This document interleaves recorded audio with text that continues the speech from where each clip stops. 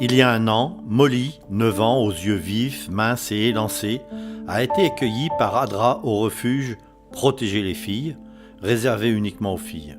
Sa mère ne voulait pas d'elle et les villageois non plus. La plupart des filles qui viennent au KGS ont été maltraitées, sont orphelines, abandonnées ou risquent d'être victimes de la traite des êtres humains. Pour les filles de 8 à 18 ans qui n'ont nulle part où aller, le KGS sert de moyen de protection temporaire. Les filles s'occupent des tâches ménagères et sont encouragées à aller à l'école.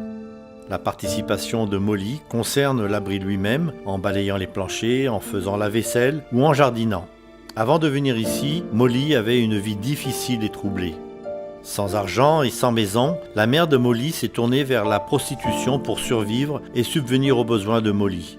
Pendant qu'il vivait dans le bidonville, la mère de Molly est tombée enceinte à nouveau. Elle ne pouvait pas assumer la responsabilité de s'occuper de 2 enfants et a cherché de l'aide.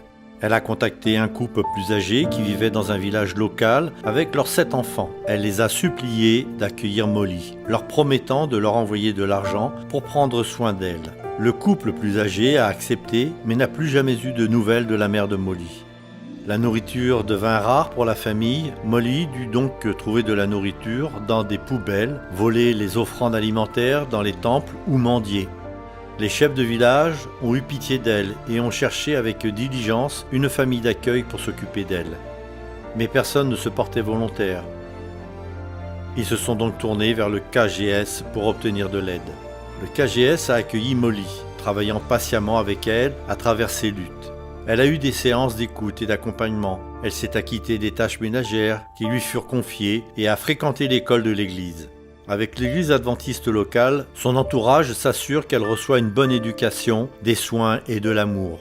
Adra Thaïlande envisage d'organiser des sessions de formation à la lutte contre la traite dans les clubs de filles et des activités communautaires pour les jeunes afin de s'attaquer à ce problème local majeur. Les soignants du KGS sont formés pour répondre aux besoins mentaux, psychiques et sociaux des filles comme Molly.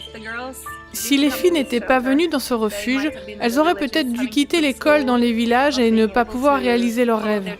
Beaucoup de filles n'auront pas d'endroit où dormir. Elles risquent d'être victimes de la traite humaine et de l'esclavage.